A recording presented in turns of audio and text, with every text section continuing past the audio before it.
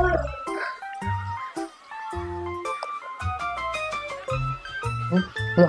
kamera udah on ya?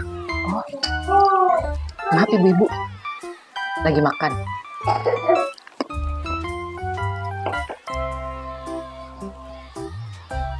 Bertemu lagi dengan saya, Ibu Guru Vesti dari Sekolahan Bocil. Halo teman-teman, bertemu lagi dengan saya, Ibu Guru Vesti dari Sekolahan Bocil. Untuk edisi kasus edukasi part 2. Banyak kasus yang bisa kita jadikan pelajaran. Kasus perundungan remaja. Ya, pembulian di kalangan remaja. Bukan 1, 2, 3 kasus yang kita dengar dalam 1 bulan ini, namun lebih dari itu.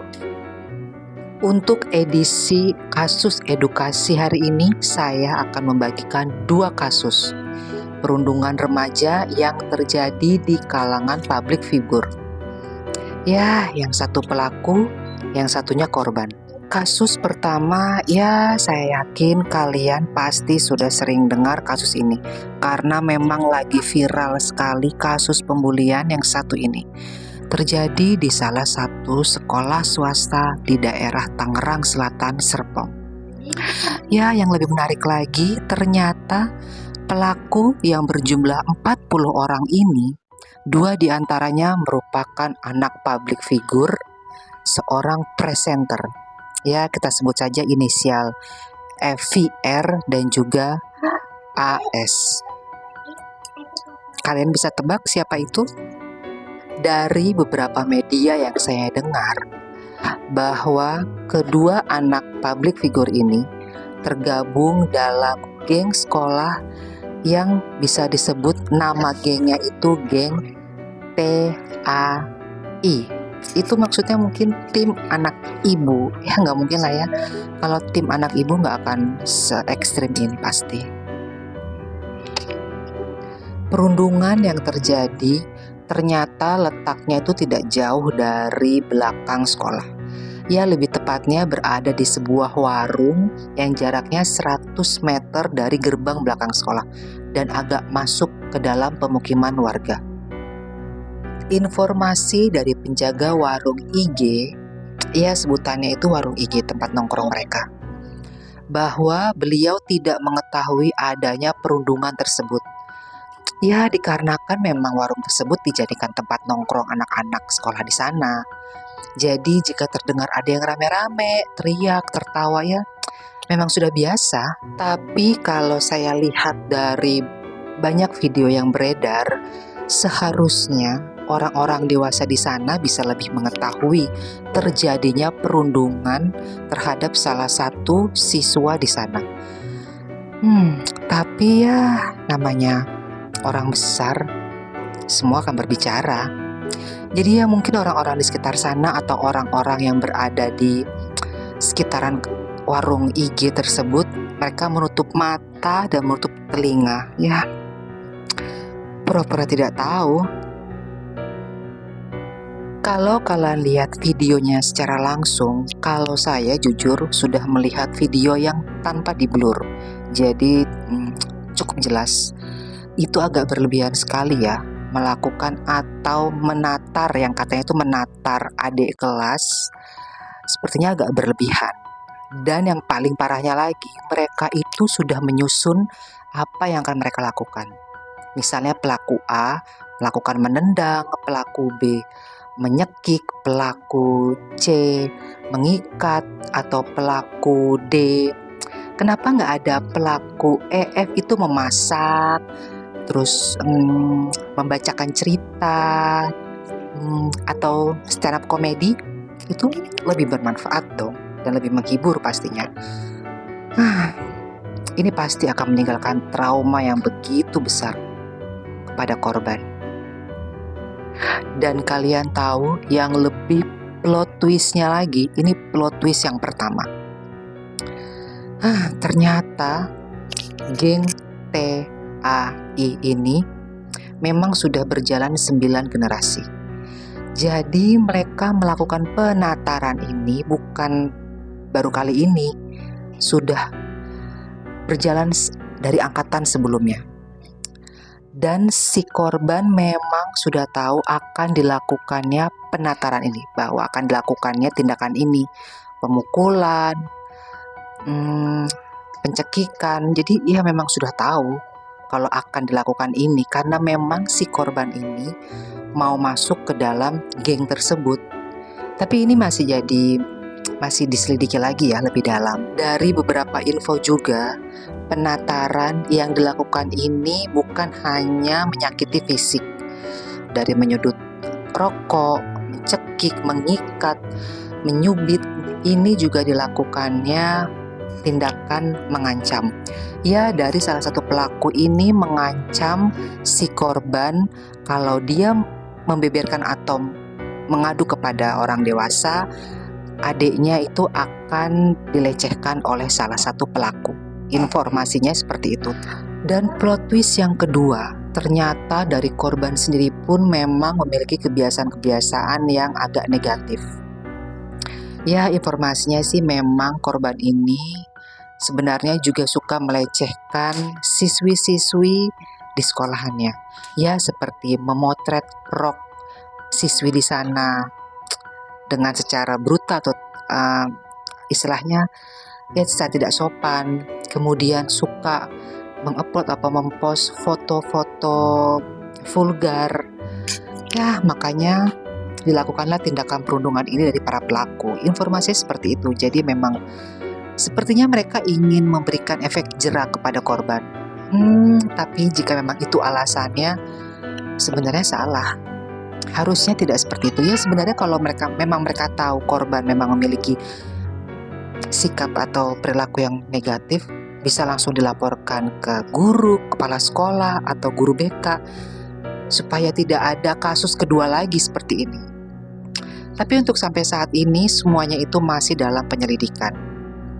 Maka dari itu semuanya ini masih dijadikan terduga, belum dijadikan tersangka. Jadi kita tunggu saja untuk kasus ini, semoga hasilnya seadil-adilnya, hasilnya lancar dan yang terbaik untuk semuanya. Untuk pelaku, untuk korban, dan untuk sekolahnya juga ya. Dan untuk kita mendapatkan pelajaran yang paling penting dari kasus ini. Oke, kita lanjut lagi di kasus kedua. Menurut saya kasus kedua ini sama halnya menarik juga. Dikarenakan kasus ini terjadi oleh anak dari pengacara kondang Sunan Kalijaga. Sebenarnya kasus ini itu sudah lama terjadi, namun dikarenakan belum bertemu titik terang, makanya di-up kembali oleh ayah dari korban Sean Kalijaga, yaitu Sunan Kalijaga.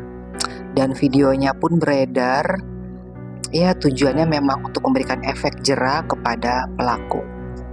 Kalau saya lihat dari videonya, memang terlihat jelas Sean Kalijaga ini dikeroyok oleh 3 orang dalam kelasnya. Ya, memang posisinya itu Sean sedang duduk berbincang bersama salah satu temannya, yaitu berbincang berdua. Kemudian ada salah satu siswa yang datang itu mendorong-dorong pundak Sean itu sebanyak 3 kali. Untuk yang pertama, Sean tidak menggubris. Yang kedua, Sean juga tidak menggubris.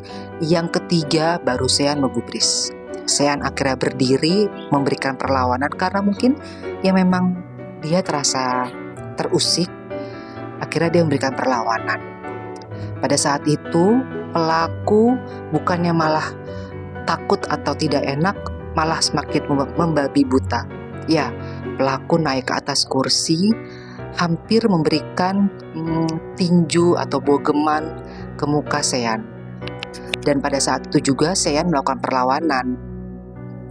Setelah itu dari pelaku pun akhirnya meninggalkan Sean dan pergi begitu saja. Sempat sih pada saat perlawanan itu Sean ditahan atau dipegangi oleh 2 teman dari pelaku. Jadi macam pengeroyokan sebenarnya. Sebenarnya kita mendengar terjadi perundungan di sekolah ini aja udah miris ya.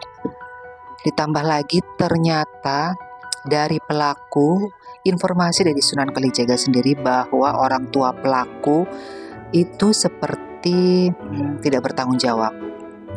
Pada saat pertemuan di sekolah memang fotonya atau dilihatkan oleh Sunan Kalijaga, ada salah satu foto orang tua dari pelaku datang untuk bertemu dengan pihak sekolah dan juga pihak korban.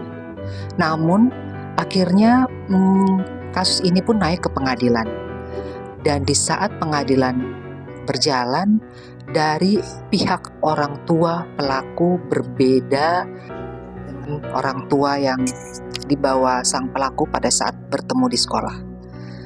Jadi dari pihak Sunan Kalijaga pun juga bingung sebenarnya siapa orang tua yang bertanggung jawab terhadap pelaku. Kasihan ya.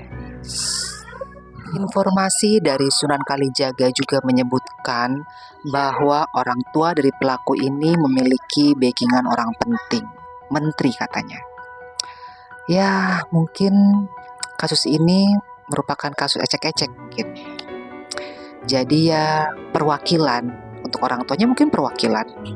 Tapi ya nggak gitu juga sih. Tapi sampai saat ini Sunan Kalijaga masih memperjuangkan keadilan untuk Seian Kalijaga, putranya. Karena memang walaupun kejadian sudah cukup lama, traumanya masih ada pasti.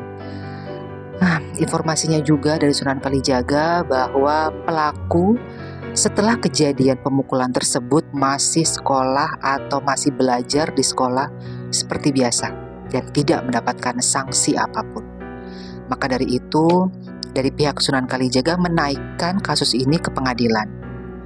Karena tidak dapat sanksi apa-apa, jadi ya mumpung Sunan Kalijaga seorang pengacara kondang, ya langsunglah naik ke pengadilan supaya mendapatkan keadilan yang seadil-adilnya. Benar sih. Ya sampai saat ini belum ada kata perdamaian di antara kedua belah pihak. Jadi dari Sunan Kalijaga belum mendengar kata perdamaian dari sang pelaku. Ya semoga dengan berjalannya kasus ini dan naik ke pengadilan akan menemukan titik terang dan adanya perdamaian di antara keduanya ya. Dan untuk korban semoga bisa menyembuhkan luka yang begitu dalam akibat trauma yang diterimanya. Ya, dari kedua kasus yang kita dengar cukup miris ya kehidupan remaja zaman sekarang. Lebih berani dan lebih bisa mengekspresikan dirinya secara brutal. Untuk kedua kasus ini masih saya pantau sampai menemukan hasil dan titik terangnya. Semoga menemukan kata perdamaian di antara keduanya. Tapi untuk pelaku yang melakukan tindak pembulian atau tindak perundungan, semoga mendapatkan hukuman yang seadil-adilnya. Cakep. Aduh, kalau dengar kasus kayak gini tuh Bu Festi gak bisa bawaannya lapar, pengen makan. Lanjut ya, makan dulu biar gak stres gitu ngurusin murid-murid yang perundungan. Aduh. Kenapa mereka itu gak lomba masak ya? Jadi gurunya untung dapat makanan, gak lomba stand up komedi. Jadi lebih lucu gitu. Ya udah deh, saya makan dulu ya ibu-ibu. Enak makan asinan malam-malam. Tuh ada kacang, tuh kan, ada kerupuk. Lanjut ah, yuk lanjut makan maksudnya. Selesai kasusnya. Dadah. Jangan lupa subscribe, like, dan juga komen. Dadah. Sampai bertemu lagi di kasus berikutnya. Salam Ibu Guru Festi. Makan ibu-ibu.